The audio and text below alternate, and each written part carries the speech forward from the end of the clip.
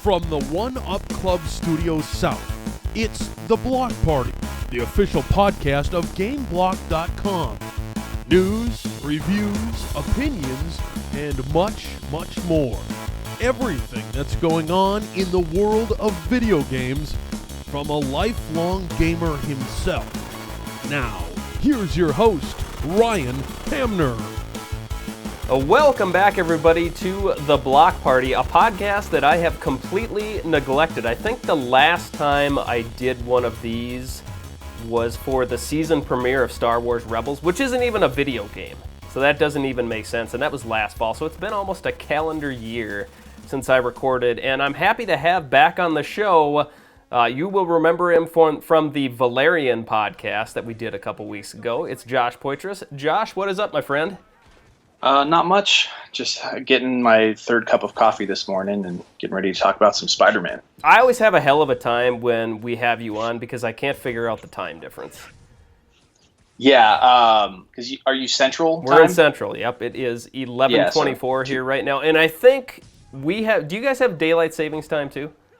Yeah, we do. Okay. Arizona's, I think, the only place that doesn't. That's the one that always screws me up because I have in-laws in Arizona, and I swear to God, sometimes they're 3 hours behind us, sometimes they're 4 hours behind us. I can't figure that shit out.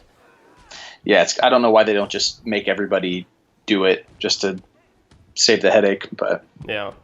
So that's where we're at. But we get to talk about something a lot more entertaining than that god-awful Valerian film. We're going to talk Spider-Man, the video game. I think the official title is Marvel's Spider-Man. Is that correct? Yeah, Marvel Spider-Man. It's a PlayStation 4 exclusive. Luckily, both you and I are PlayStation guys, so we get to enjoy this. What I consider to be a masterpiece. I don't think I am being hyperbolic by saying that. I really enjoyed this game, Josh. I did not expect to enjoy it as much as I did. I really thought it was going to be a more of a paint-by-the-numbers experience. This thing exceeded my expectations in every facet of the game. Yeah, going into it, I've always enjoyed Insomniac's work, the people who made this, and even like after Infamous and all these other games that they've made, I really wasn't expecting it to be how amazing it is. Like just the story, the gameplay, everything feels so smooth, and it's probably, I'd put it up there with God of War as like the best games of 2018 so far. Yeah, this year has started off so red hot. We had Detroit and God of War in the spring. I know you've had some titles that you've enjoyed. Nier, did that come out this year? That was 2017. Okay, so that was last year. But yeah. Still, I mean, that speaks volumes of how strong of a year we're having. I get that Detroit wasn't everybody's cup of tea, but before Spider-Man came out, I thought it was like a two-horse race between that and God of War for my favorite game of 2018. Spider-Man has completely changed that, man. I mean, it's too early for me to dub this my favorite game of 2018, and of course, we've still got one or two big titles coming out. But man, it's right in the discussion of the top three. Easily. The surprise of how good a storytelling they did with this game. I mean, you wouldn't expect like the level of detail and how well everything was executed in a Spider-Man video game, especially when you're juggling all these characters that are in it. But for it to be so like impactful and work so well, it was really refreshing to see that, because most Spider-Man games, it was mostly just slinging through the city, taking on the iconic villain, and that was it. There wasn't really much heart to it, but this game definitely had that. Yeah, I know the last Spider-Man game I played, Josh, was the Amazing Spider-Man. I skipped the sequel, but the one based on the first Andrew Garfield movie. And It was okay. I mean, I had a fun time with it, but like you just pointed out, there really was nothing beneath the surface. It was a lot of web crawling mechanics. There was some decent fighting in it. But what this game does, this year's release, is it digs so deep, into the nostalgia of the character. And, they found a way to squeeze in both stuff from the films and the comics. And, every time you turn a corner, there's something new in this game. You can tell that they really sunk time into really researching the stuff that they needed to for Spider-Man, because there's a lot of references to movie stuff in the game and some good comic book stuff that they really felt the need to throw in, and it works really well. There's a lot of like little like in jokes from from the Sam Raimi Spider-Man movie, from 1 and 2 specifically that I'll talk about later, but that I thought was really, really funny in the game, and it adds a lot of character to the game. Now, how hardcore of a Spider-Man fan are you? Do you read the comics? I assume you've seen both the Raimi and the Garfield films, and of course Homecoming. But do you read the comic books at all? I do not read the comic books. My cousin is a gigantic Spider-Man fan, but he's an Xbox guy, so he's been lamenting over the fact that he can't play this game. So he keeps asking me to borrow my PS4 so he can play it. But I've just been the movies for the most part, the cartoon back in the day, and then the video games. Yeah, I'm just a very casual fan myself, kind of like you. You know, I've seen all the movies multiple times. I actually watched the Raimi trilogy over the weekend. I was so inspired by this game. Dude, I forgot how bad 3 is. That is just a terrible film. Yeah, I don't know. I guess I could see what they were trying to do, but it's so poorly executed that it didn't. Yeah, it's never a good sign when the director a decade down the road talks about how much he hates the movie, and Sam Raimi is on record saying that he did not like that film, and I understand why. There's nothing to really be proud of in that one. Topher Grace as Venom, who thought that was a good idea? I have no idea. Based on the trailers, I'm not saying Tom Hardy looks any better, but we'll find out in a couple months, I guess. I'm not interested in that movie at all. The last few previews have kind of got me interested enough to where I'll go see it at a matinee. Yeah. But who knows? Hopefully it's good. I mean, that'd be nice. And as far as I know, Venom does not turn up in this game, does he? I didn't see him. I couldn't find him. Or just like a nod to Eddie Brock, like being in Spider-Man's past when he left the Bugle, I think. So. Yeah. So I assume you played the Arkham games by Rocksteady when they came out. Yes, I played all of them. I played the Origins as well, the kind of spin-off one. Yeah. I don't think Rocksteady did. I think it was somebody else. Yeah, that was done by another developer. I have seen a lot of debates online regarding that, how much Spider-Man, quote-unquote, steals from that. Do you have any take on that, Josh? I definitely felt like Arkham Asylum, the game's fingerprints were on this, but nothing really felt like a direct ripoff to me. I mean, there's only so many ways that you can kind of incorporate the comic stuff. I thought this game definitely stands on its own. Yeah, for sure. I mean, I guess the only thing you could really have the two be comparable is the type of combat. I mean, and I'm not sure exactly how you would do a Spider-Man combat other than that Arkham formula where it's just one button to do combos and you've got your counter button. And for Spider-Man, it makes more sense than it did for Batman because he has his spider sense, so he can anticipate an attack coming. With Batman, with the like lightning bolts that would come up, kind of telegraphing enemy attacks, that's more of a stretch. But with Spider-Man, it makes more sense. So I don't know how you can't incorporate that into Spider-Man for it to not be like a good fit. Yeah, I totally agree on your point with the spider sense too. It's far more applicable in this game that he kind of has a hint of when it's going to happen. And another thing I want to point out regarding the combat, I felt like this was a lot faster than Arkham Asylum, and that makes sense because Batman is like a great big bulky guy. He's built almost like a linebacker in those games and is more reliant on his power. He's got some ninja-like moves, but he's far more about like brute force, where Spidey is a skinny little guy. And I thought they did a really good job of translating that into this game. I mean, I see the comparisons to be made, but it didn't necessarily feel like a ripoff to me. No, they really made it their own with the way that he does his combos and the way he dodges using his webs to get away, or just like double back flipping away from danger. And the way the finishers are used in this game are really fit the Spider-Man character because they're not like super like brutal. They're all like really quick moves that'll knock a guy out or like spins and throw him through the air. It's a lot of stuff that makes sense for the character. So I can see the comparison for the style of combat, but it doesn't really feel like a ripoff because they made it their own.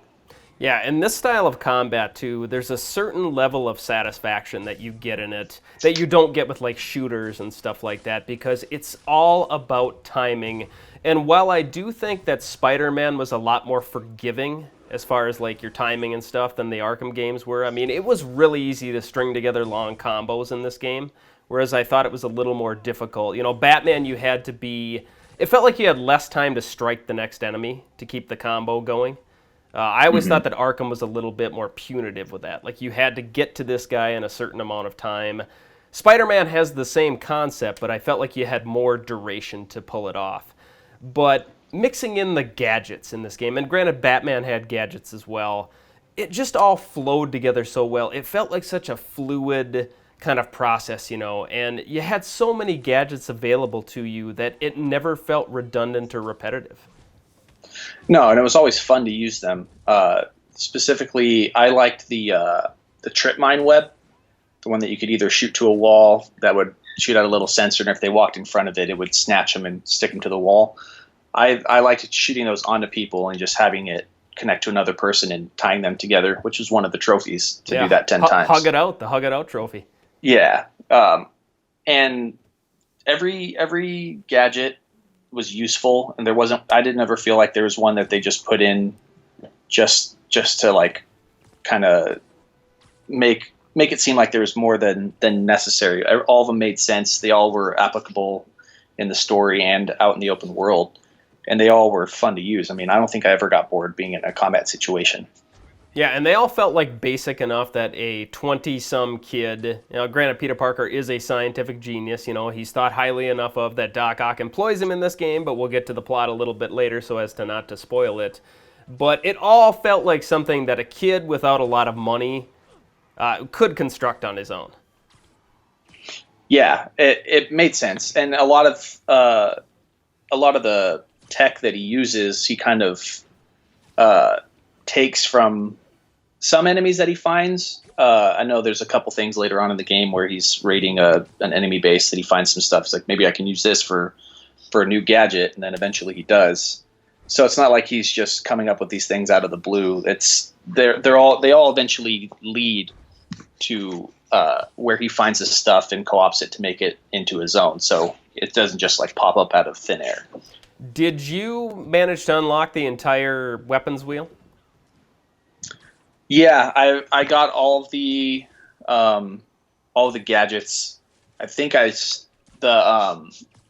you mean like 5 out of 5 every single one of them? Yeah, how there's, well, not necessarily that, but just unlock access to them. Because there's one I didn't get to. It's the last one. It's like throw your enemies in it's some kind of gravity thing. Throws them up in the air and suspends them. I didn't get that. Yeah. I think I ran out of challenge tokens because I wanted to unlock all the suits first. Yeah, that's what I focused on because I wanted that suit trophy. Yeah. So I was focused on that. I almost screwed that up too platinum. because I wasn't paying attention to watching what tokens were going to what, and I was upgrading those weapons like a madman. And I knew about the suit trophy because that's not a hidden one. And I'm like, I got to make sure I get that done because I want to platinum this thing. And I started updating that stuff, and all of a sudden I'm like, shit, I wasted so many tokens doing that. But then I just went back and replayed the challenges, and it wasn't a hard game to platinum. I was kind of surprised. Yeah, they made it pretty easy. I think, I'll look at the rate of people who've gotten it. It's already at 7.8% of people have the platinum, which is pretty high. Yeah. For a PlayStation game. I know it's definitely on the easier side. It's basically just play the game all the way through, and unless you're not paying attention to challenges or completing 100% of the districts, you're not going to get it. But it's fairly easy. I know, and my brother, he never goes after platinums, but he's trying to get this one because it's pretty easy. Notice he's already at like 60%, and he's only halfway through the game. So, yeah, I think the hardest part, the 2 trophies are probably the most difficult, were secret trophies. So you just had to kind of luck your way into it. I did look them up, so I knew what it was at the end. Visiting Ben's grave, I never would have made that connection without looking it up. Right. And the Hug It Out, we were just talking about that. I never would have thought that would be a trophy. That's stumbled across that. So yeah, the Ben one I saw people posting about visiting his grave. That was hard to find that cemetery. Yeah, I knew where the cemetery was. I couldn't find his headstone, and so eventually I just looked it up and finally got to it. And I thought that was a cool little nod because he's not really mentioned very much in the game because it's set so far in the future of when that whole thing occurs. So yeah, this is a much older Peter Parker than we see in any of the films. He's clearly out of high school. He doesn't work at the Daily Bugle anymore. He has had some kind of relationship with Mary Jane that ended, not terribly, but they're not together at the beginning of the game. So some time has passed between the events. He's not a kid in this movie. Or in this game. He's in his mid-20s, I think. I got the impression like 26 or something. 24 or 25 is what I was thinking. Yeah, somewhere around there. Yeah, because he's definitely out of college, so he's at least 24. Yeah. Especially for the kind of work that he does. Given at his level of genius, I'm assuming it would take a lot longer for him to graduate than a normal college student. He's a smart guy.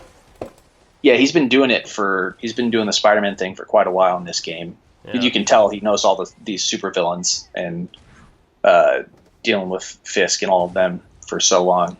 Kind of like makes quips about it throughout the game. I was a bit surprised that Fisk was the first supervillain that we were introduced to, because I've always associated with him. Maybe it's because of the TV show and the movies, but I've always thought of him as a Daredevil villain. Yeah, same. I mean, he was the villain in that terrible Daredevil Ben Affleck movie. It was so bad. And in the Daredevil Netflix series, he was the main bad for the first season. So, but as soon as I saw that, I was kind of like, well, this is kind of not to steal from the Star Wars The Last Jedi talk. That subverted my expectations, and in a good way, not unlike the movie. Right. Yeah, it made sense to do it to use them in that way. But yeah, they kind of threw me for a loop there because right off the bat, you're going after Fisk, and usually Fisk would be like an end game guy that you're going after, the mastermind behind things, but it really threw me for a loop with that one. So let's move on and we talked about the combat here. Let's talk about the whole process of swinging our way through this gigantic world, which I've never seen New York rendered more beautifully than in this video game. I mean, it was just so well done, and the developer did such a good job of making the city feel big, but also making it feel small enough where you can get from point A to point B, whether that's from on the other side of the map or not. It doesn't feel like it takes you forever to get there, and that's because they did such an outstanding job of his web slinging. It turned out so well. I was blown away, and I expected it to be good.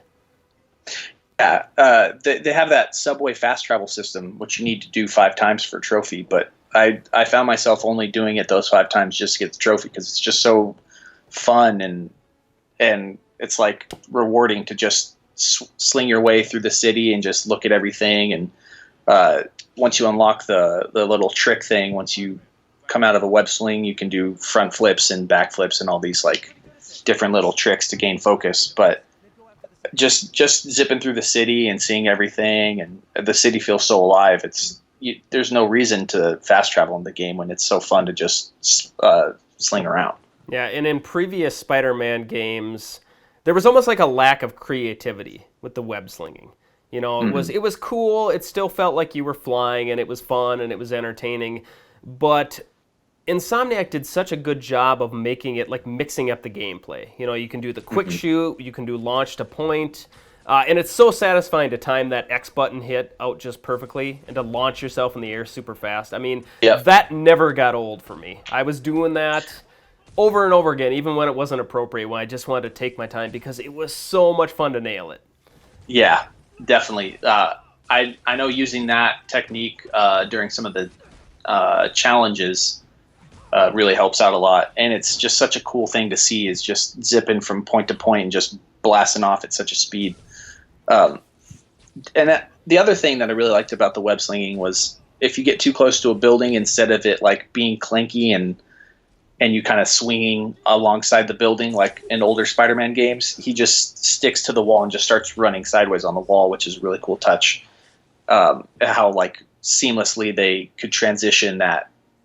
And I don't know if you ever accidentally did it in through a fire escape, but he does a little animation where he kind of like jumps through it and then gets back on the wall and starts running. They really made sure to make everything feel like a Spider-Man movie, because I mean, I'm sure he's done that in a couple of the other movies, but it felt so perfect for this game.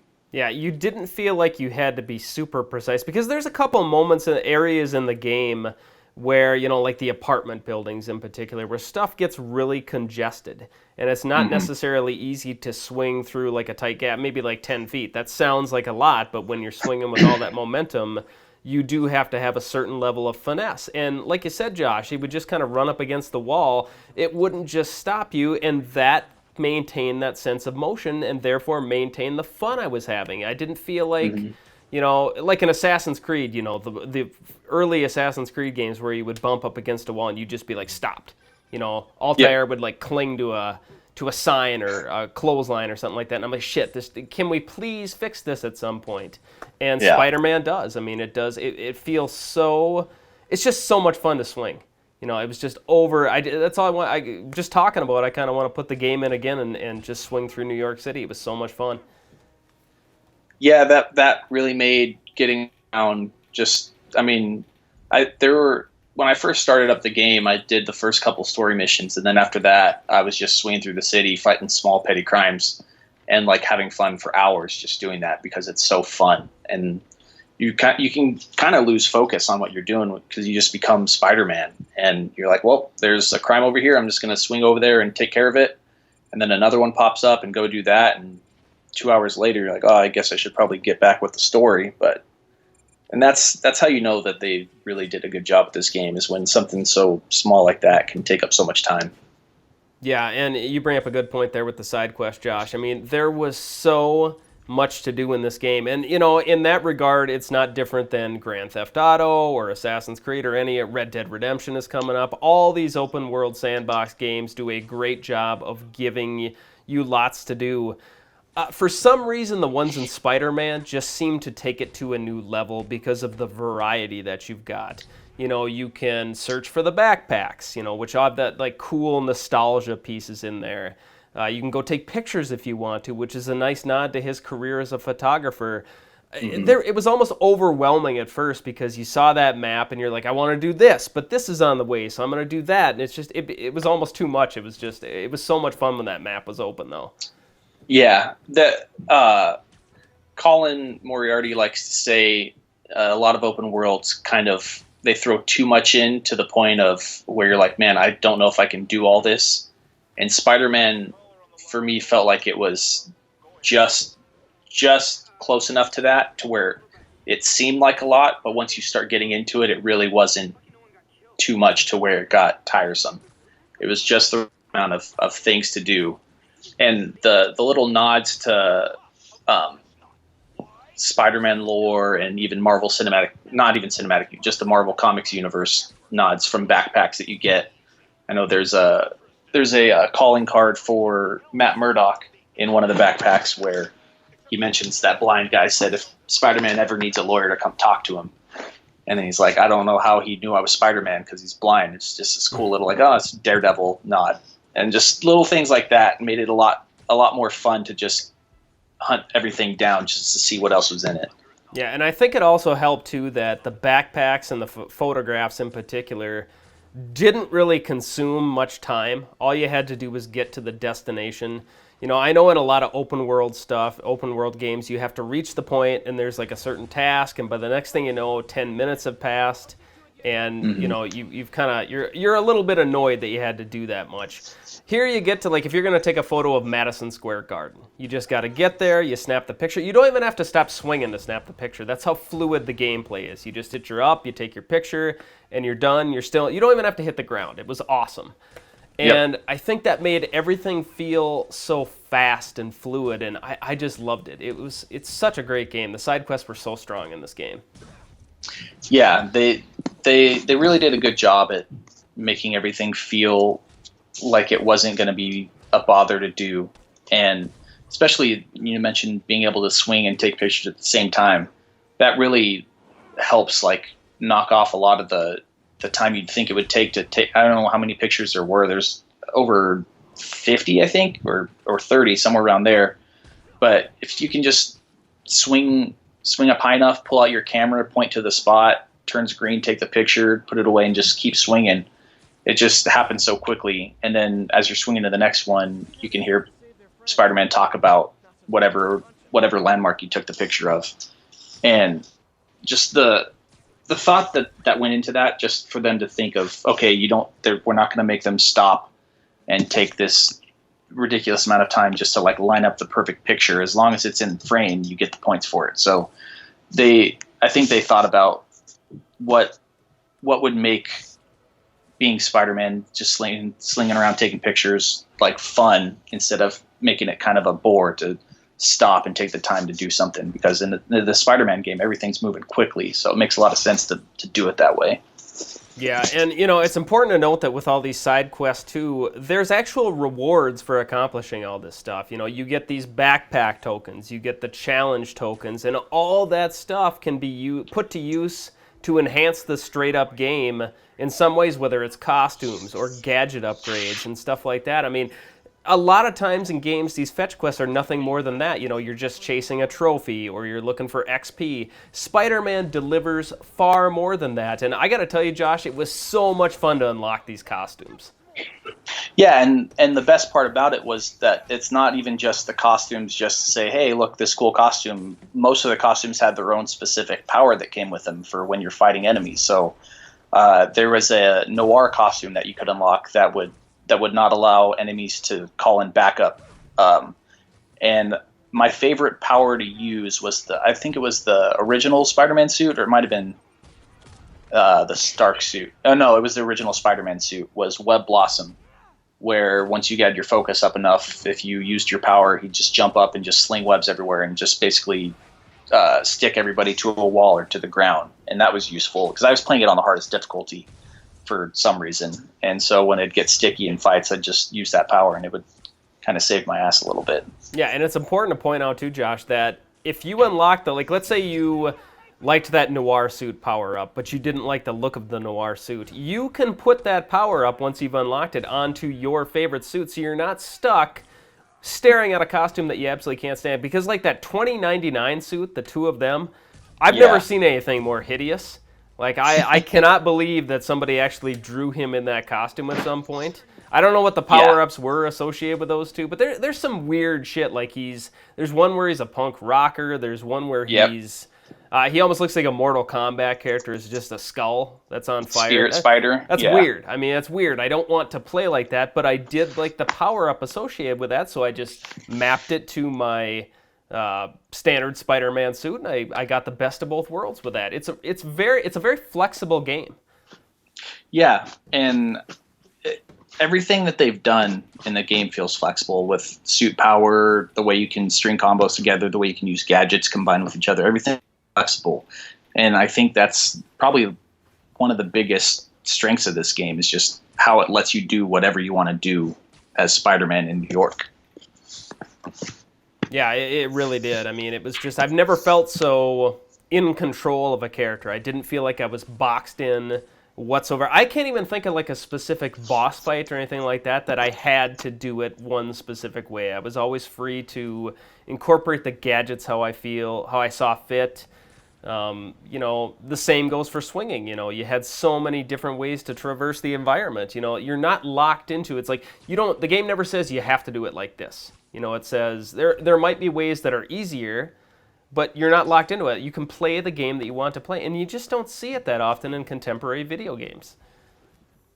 Yeah, usually there's like a set way that something needs to be done in order for you to pass a certain area, but when you have all these options, it makes the game more rewarding, because it feels like, oh man, you could see how the game wants you to do it this way, but you figured out a different way to do it. And so that's a rewarding experience on its own, because you feel like maybe somebody else didn't think of that, and you found that route on your own. So it's really cool that they've found a way to just make everything so accessible in so many different ways.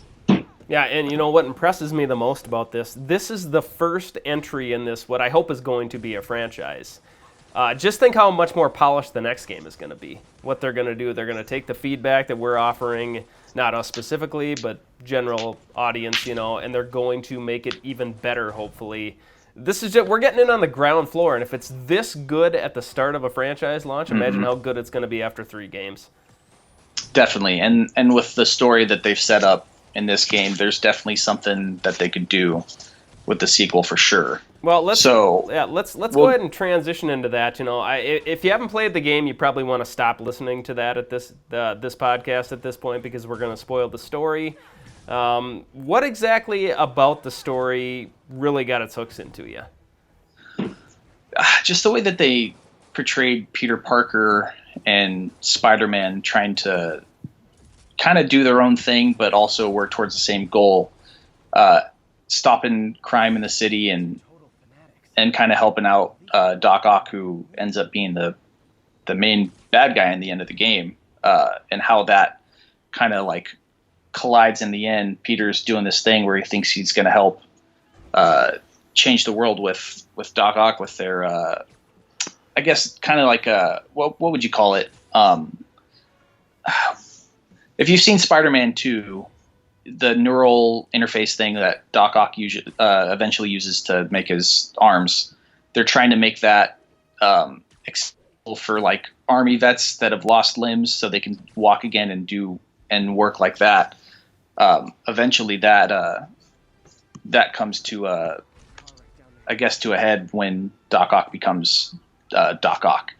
So I just really liked how everything tied in at the end, like, because at first you kind of feel like, what's going to happen with Doc Ock? What's going to be the thing that sets him off? Because you know who he is. Everybody knows who Doc Ock is, and he's not a villain yet at the start of the game. But how everything works together with Norman and the way that they combine the story of all the villains, it really, really like sunk its hooks into me once I found out kind of his motivation when Norman comes in and takes his supplies away. Yeah, and I thought they did a really good job of that. Almost felt like a bit of misdirection to me. It's kind of like, well, he goes nuts because Norman Osborn ruins his career. He's got this dream.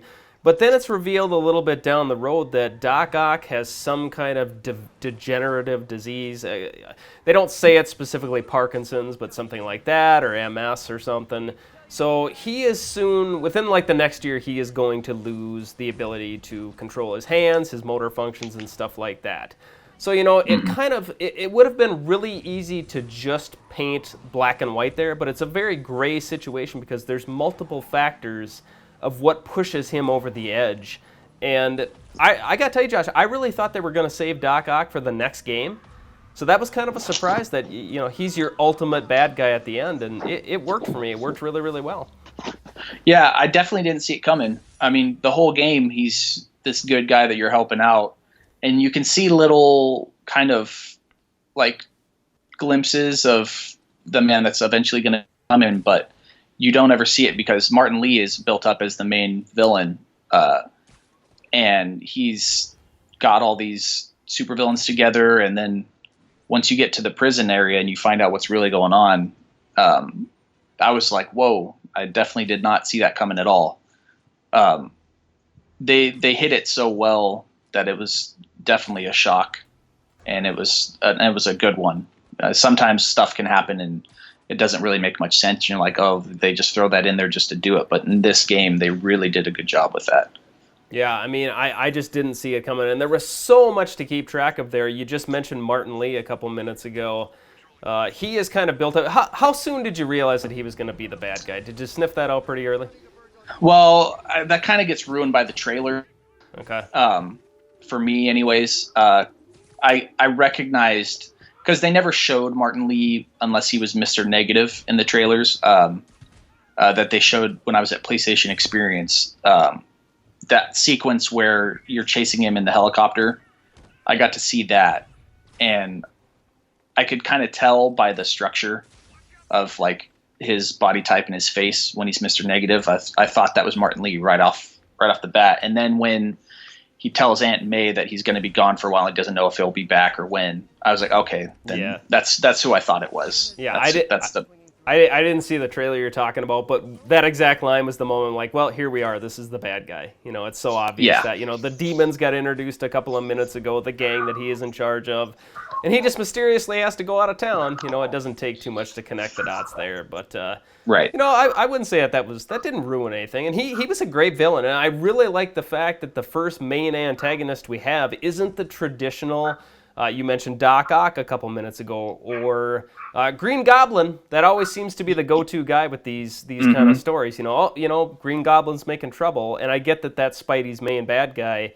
So it was kind of refreshing to have that saved for what I assume is going to be the sequel. Yeah, because they essentially do the Sinister Six in this first game. Once you capture, who was it at the start of the game? Shocker. Yeah. Well, you capture Fisk, and then the demons show up. And then you get to hear J. Jonah Jameson complain about putting Fisk away because it's going to lead to a bunch of, which he was right. Although I don't know if putting Fisk away, well, I guess it does, because once you put him away, the demons can get all of his weapons, and that's when they carry out their attack. But once you get the introduction of Mr. Negative, who Martin Lee is, and then you eventually put him away, I was like, okay, well, where are they going to go from here now? Once he's been put away, I couldn't like guess who would be the next person, because you're only halfway through the game at that point. And I think the catalyst for that next jumping off point was when Norman came in and took Dr. Octavius's, I guess what was his equipment away from him because he didn't pass a health code thing or whatever. And I was like, okay, well, so now what? I mean, I guess all this stuff's been taken away. He can't become Doc Ock, so who are they going to use? But then that's the next guy who comes up, and he breaks all the Sinister Six out of prison and gets them all working together. And that was a really cool moment, because it's not what I was expecting at all. Yeah, and that led to a couple really good boss fights. And I do like the fact that they tandemed both the bosses up. It was never just a single boss that you had to face. And, I've seen some people complain that was a bit redundant, that maybe they should have done that once and then had individual boss fights for the other guys. It worked for me, Josh. I thought it was really, it was kind of like, Spider-Man has kicked our ass so many times, we're going to team up on him. It only made sense that would be the natural progression of things, and it didn't matter in the end anyways. And there was enough variety in those fights that it never felt, one was in like a scrapyard, and the other was basically done in the air. So it didn't feel repetitive at all. Yeah, the Vulture and Electro fight in the, which was, I think that was near the Oscorp, like, coal facility. Yeah. That one was a lot of fun, but my favorite one was definitely Rhino and Scorpion, just because of the banter back and forth between them two. When you knock one of them down, they just be complaining. They're like, how are we not beating Spider-Man 2-on-1? This is your fault. And then eventually when you beat them, they just start fighting each other. And I thought that was a cool little touch to it, because you wouldn't expect those two people to get along, and they don't in the end. And it really, like, it adds to the boss fight. Not only was it fun because of the way that you have to take them out, but the banter back and forth and what it leads to is really cool. And you don't really see that with many games. Yeah, Scorpion, one thing I want to point out with him, that is the one time where I felt like the game was a direct copy of Arkham, because the Scorpion sequence where he dopes you up and you're having hallucinations, Scarecrow, everybody, we saw that. We've seen that part before, and I don't know if the intention there was like a playful homage to Rocksteady with that, but that felt like a direct copy. Yeah, I didn't really think of it that way at first either, but once I got through with it, I was like, oh yeah, that's right.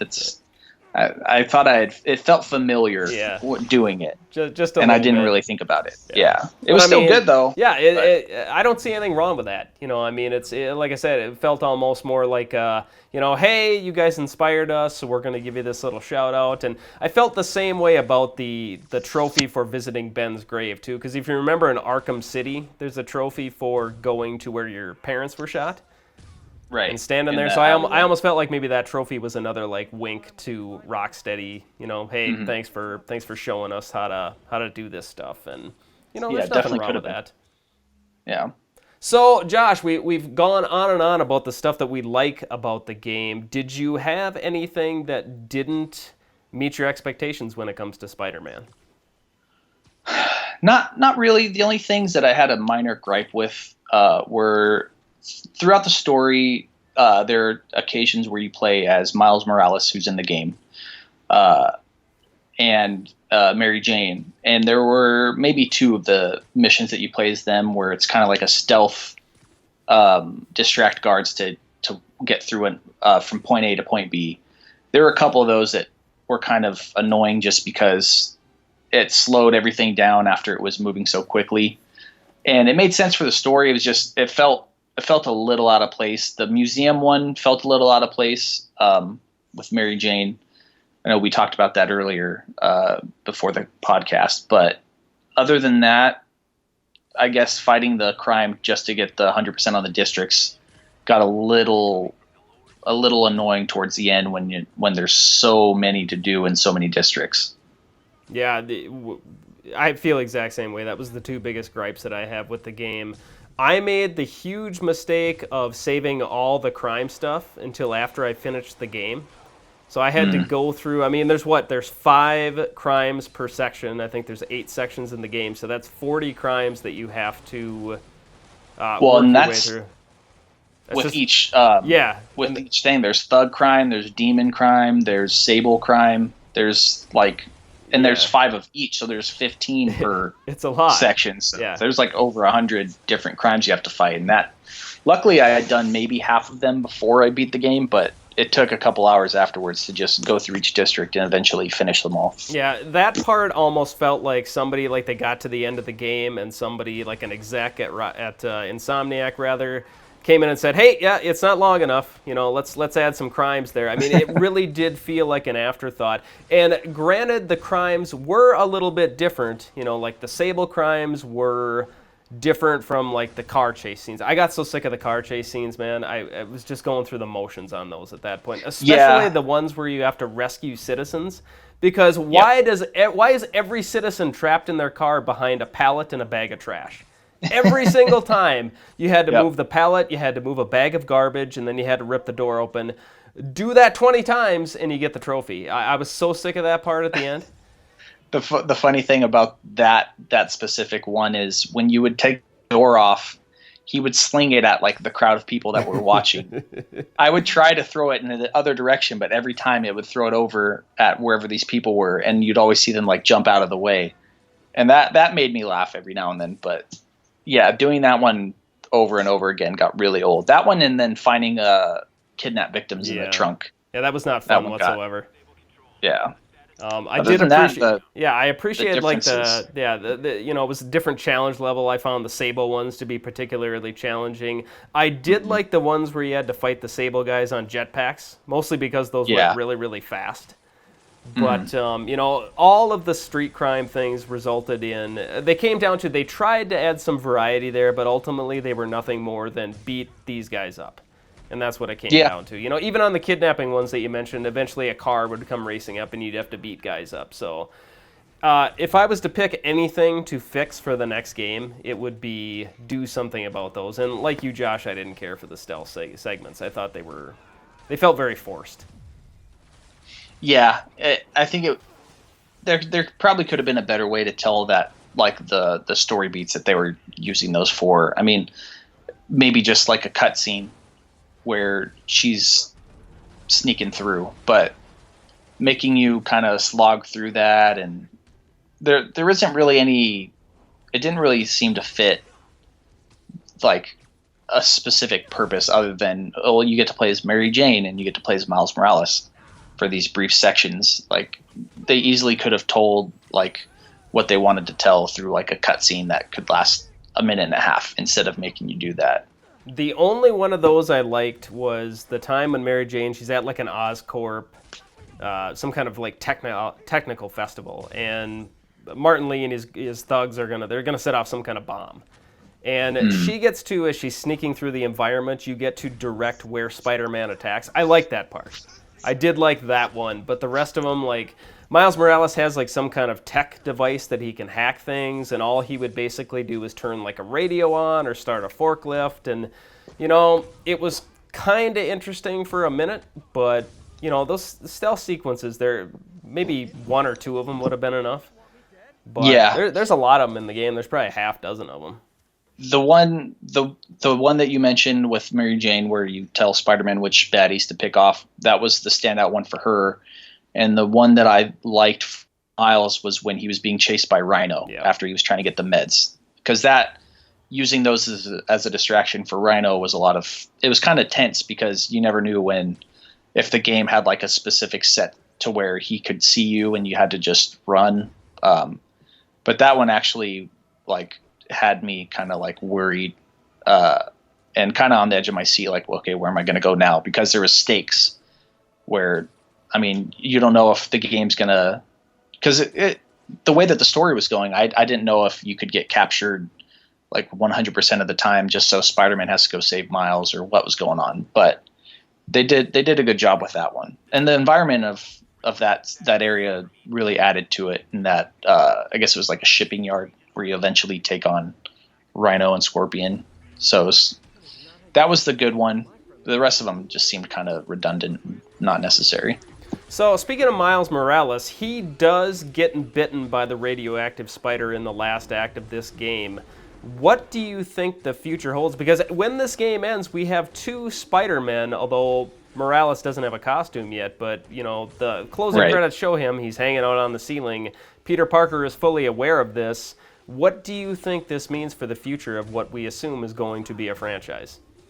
I really like that little end credit scene where he jumps up onto the roof and he's like, it's weird, right? And then Peter does the same thing. It's like, that's really cool, like, way to end it. I think where they could go, and I don't know how this would go over with, I guess, with people who aren't like knowledgeable of who Miles is and how he becomes Spider-Man eventually in the comics. I would assume that maybe Peter just turns it in. He just can't do it anymore at a certain point, and Miles takes over. Maybe they could do that in the next game at the end, like the last section of it. I'm not sure if they would go that route, but that's somewhere they could take it. But I think a safer route would be you have 2 Spider-Men that you can play as. They both have their own little storyline that it jumps back and forth between. But I think that's the safe route that they could take with having 2 Spider-Men. Yeah, I see that kind of being how it goes. I think you have to bring Peter Parker back for the next game because you've set up Harry Osborn as the Green Goblin. I'm not super familiar with the comic book, so I don't know if Green Goblin Jr. and Miles Morales Spider-Man have a history, but to me, I think, you know, they go to great lengths to build up the relationship that Mary Jane, Peter Parker, and Harry Osborn have in this game. And I think you have to resolve that in the next game. But I don't know, maybe you could do like some fun co-op stuff with 2 Spider-Men in the next game. I'm not sure they would go that route because this is a single-player only experience. This game does not need multiplayer, by the way. Let's not force that in. So, I mean, I think you could do maybe something similar to how you switched characters in this game, only next time Miles would have the same powers as Peter Parker. You could do some fun stuff, and then maybe Miles gets the closing game in the trilogy. Right, where you could just have Peter teaching Miles all the things that he can do as Spider-Man and kind of mentoring him.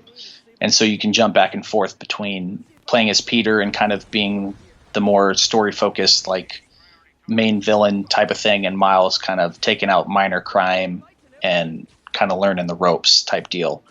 And I'm sure now with the success of this one, I don't see there not being a sequel. And you'd think that they'll have to. They're obviously going to use Green Goblin with that little end scene with Harry in the tube and Norman trying to figure out how to cure him. But you'd think in the sequel that they'd have to use Venom because of how much of an iconic villain he is in the Spider-Man universe, and maybe even Carnage too. Well, it's very telling at the end, too. We see Doc Ock in his cell on the raft. And I thought they were very poignant about, like, showing him, like, he looked pissed off, you know. So I would expect he's going to turn up in some capacity in the next game because there's clearly some unresolved issues there. There's just so many different directions that they can take. And, I mean, who else haven't we seen? You mentioned Venom and Carnage. There's tons of stuff. They have Mysterio. There's all kinds of stuff that they could do with this. They could do more stuff with Shocker. I thought him and Peter Parker had an interesting dynamic. I thought that was one of the more fun boss battles and one of the earliest. Fisk, you know, you can go back and do something more with him. There's so much more they can do with this stuff, and clearly they're not afraid to borrow from other Marvel franchises. You know, we saw Fisk get borrowed from Daredevil. Who knows what more they can do, you know? Bring the Silver Surfer in, do all kinds of crazy shit. I mean, they clearly show that they can pull it off and that they understand how to make these characters work well together. Yeah, and with the nods to even Daredevil and the Avengers, you could throw one or two of them in for a story or two. Like, there's so many different ways that they could take this and add to it that they could really make it even better than this game, which seems like a really hard thing to do with how good this one ended up being. So if you had to give it a final score, Josh, what would you score Marvel Spider-Man exclusive for PlayStation 4? If I gave it a number out of 10, it'd probably be a 9.5. Yeah. It's that half missing just because of the crimes and the stealth missions kind of hinder it just a little bit. But other than that, there isn't anything else that I disliked about the game. Everything else works perfectly. Yeah, I mean, when you pack that much content into a game and the end result is only 2 gripes, and we have the exact same complaints about the game, the stealth and the crime missions, that's pretty damn good because, man, there is so much. When you have so much content in a game, you'd think there would be something that would... Well, another thing we haven't mentioned yet, too, is the game performs very, very well. I didn't see dropped frame rates. I saw a pair of glitches. Twice I got into a street fight, so I was already pissed off at that point. But, like, guys got trapped inside the buildings on the map. And I'd hit R3 and I could see their outline, and I would have to, like, karate kick them through the building. That happened a couple of times. But other than that, I didn't see any kind of graphical problems with this game. Yeah, mine ran pretty smooth. I've got a PS4 Pro, and everything ran really smooth. I know I've seen some glitches online where I saw somebody get Spider-Man stuck inside a building, as opposed to one of the thugs getting stuck. So he was just trying to get out, and he would just be crawling up the inside of the wall. So he had to reload a save and lost some time. But other than that, I haven't really. Oh, there was another one that I saw online, but I hadn't it where Mary Jane, the mission where you're doing the stealth inside of the museum where you're trying to find some info on Martin Lee, she was like Slender Man glitching, like I don't know what, it was really weird. I'll try to find it and I'll send it to you on Twitter, but okay. Other than those two like little glitches, I never experienced anything personally. Yeah, I mean, it looks great, it sounds great. I thought you mentioned the Jay Jameson comments, the radio broadcast earlier. I thought that was hilarious, and it never felt repetitive. It always felt... I don't think I ever heard the same broadcast twice. How is that even possible? Yeah, they must have recorded tons, because there was never... I don't think there was ever like a repeat. It was always something different. And the voice actor did such a good job at being J. Jonah Jameson. Yeah. It sounded like J.K. Simmons from the movies. From the Sam Raimi ones. Yeah. He was very much, I don't know if they did it intentionally, but it almost sounded like they were kind of making a parody of Alex Jones almost, to a point where it's just the conspiracy theories. Yeah. So that made it a lot more fun too, just to hear like somebody rambling about this stuff and yelling, and that added a lot to just the free roam elements where he would. And I didn't know this, but apparently you can unsubscribe to his podcast in the game to where you won't hear it anymore, but I don't know why anybody would want to. Yeah. But yeah, it made for cool. Such like great stuff, because all that's going on when you're swinging. And another thing I want to point out too before we sign off here, I thought it was brilliant that you could have your conversations with Mary Jane and Yuri and all these people that you're in contact with that are essential to the story. You could have those while you're swinging. You didn't have to stop, because you remember in Arkham Asylum, like whenever you talk to Alfred or somebody else, you had to stop, he'd put his hand up to his ear, and he would walk super slow. And that drove me insane. I'm like, it's Bruce Wayne. He's got the access to the best Verizon has to offer. You can't tell me he doesn't have like an earpiece he could be doing this. And Spider-Man, you're swinging, you're doing all that stuff. Very rarely did it lock you down and make you go slow, maybe once or twice. Yeah, other than that, you could just be swinging around talking to everybody. Yeah. I like the interaction between Spider-Man and Yuri, the police chief, with the Spider Cop stuff. The Spider Cop stuff was brilliant. It was just so funny. And I mean, I hate to say, I thought for sure that this was going to come in third in my game of the year, but I don't know. I mean, God of War is still an amazing game. I got to tell you, man, I think I had more fun with this one. I think so too.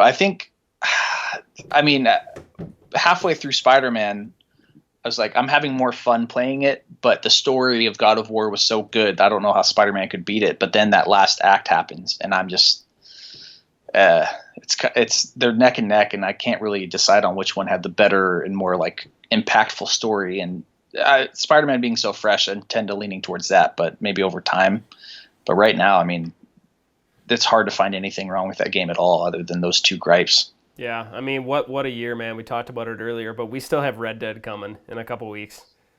I mean, Yeah, we're living in good Red Dead times. still. If you like video games, man, 2018, I did not expect so many good games to pan out. Although I'm really disappointed in Shadow of the Tomb Raider. I've been playing that, and that one I haven't played it. It's not good. It's just not Really? great. I'm very I thought that was going to be a Game of the Year contender. I love the first two games, but I cannot get into this one. Just, yeah, well, at least they made two good ones, I guess. That's what I'd heard from people, that this one's just not up to par with the last two. So yeah, so I'm gonna finish it out. I'm about halfway through the campaign. We'll see if it picks up a little bit. But that's all I got to say about Spider-Man, man. Do you have anything else you would like to add? no, that's about it for me. It's just, if you have a PlayStation 4 and you don't have the game already, that's the buy. I mean, if you can get it right now, I'd say go do it, because I've got friends that don't play single player games. They're Call of Duty shooter guys and Fortnite players that they are never interested in first player games, and I convince them to buy it, and this is all they play now. Yeah. And it's that type of game that if you're not normally into single player games, this one will definitely sink its hooks into you. And I think it's fair to say that this is the kind of game that you buy a console for. Like, if you're not a video game guy and you're a comic book guy, this is a reason to buy get that gorgeous Spider-Man console, the PlayStation 4 console. That thing is pretty. So nice. I kind of wish that my PlayStation 4, I still have my launch one, it still runs like a top. I kind of wish it would blow up so I could get that thing, because that thing is gorgeous. I convinced my brother to buy that one, so he has it in his. It's pretty. It's so nice. That's a Pro, right? Yep, and it's a Pro terabyte of hard drive, so he'll be good for until the PS5 comes out, whenever that is. I'm not a big fan of custom consoles, but man, that is one that I would purchase in a heartbeat. Oh yeah, for sure. So, anything else you want to add, Josh? What are you playing right now that you've got Spider-Man wrapped up? Now that I've got Spider-Man done, I've been playing Destiny 2 Forsaken a lot. Jumped back into that. Rainbow Six Siege every now and then.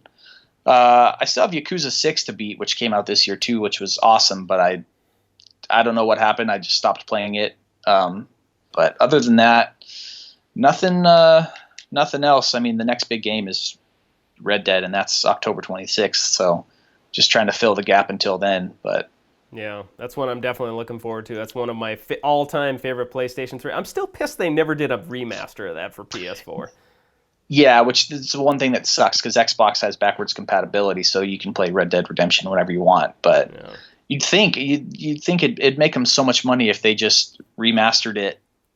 I mean, a year ago, when everybody was, after GTA 5 had basically been, I mean, there's the online mode, but everybody was hungry for a new Red Dead. They could have just re-released it and saying, okay, here's this for a year, and then we've got the second one coming. They would have made so much money if they'd just done that. Well, and one thing Rockstar did so well with the Grand Theft Auto 5 PS4 version, the upscale, is that they added first-person view, and that completely changed the way the game was played. It felt like I was playing it for the first time. I played it in first person the entire way through, and it was like playing a totally different game. I was really hoping they were going to do that with Red Dead, but they're not going to get that done. There wouldn't even be time to play it now at this point, but you know, they did add the first-person mode to the new Red Dead, though, so that should be pretty cool. Yeah, so there's 2 full playthroughs you could do there. You play it one in third and one in first-person mode if you wanted to go through it a second time. Yeah, which I'm sure you could, because the game's going to be awesome from the looks of it. I just have a feeling that's why it's so hard to crown a game of the year at this point. I keep saying, like, nothing's going to top God of War. Nothing's going to top Detroit Become Human.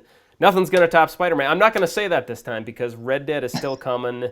Other than that, I think that pretty much wraps up all the big games of this year. I don't think anything else is really on the horizon. You know, your standard Battlefront and Call of Duty and stuff. But I have no. There's Fallout 76, but that's not going to be a story-driven game. No. That's going to be. I'm excited for it as a Fallout fan, but I don't expect it to be on par with those games. No. So I think we've kind of got the top 5, at least in my mind, kind of picked out at this point, and we'll see. It's What a year, man. I keep saying it, but man, I can't remember a year in video games where we've had just so much candy served to us. It's just been amazing, and it's only going to get better. We still have a Rockstar game on the horizon, which is unbelievable. So, all right, man, you got anything else you want to say?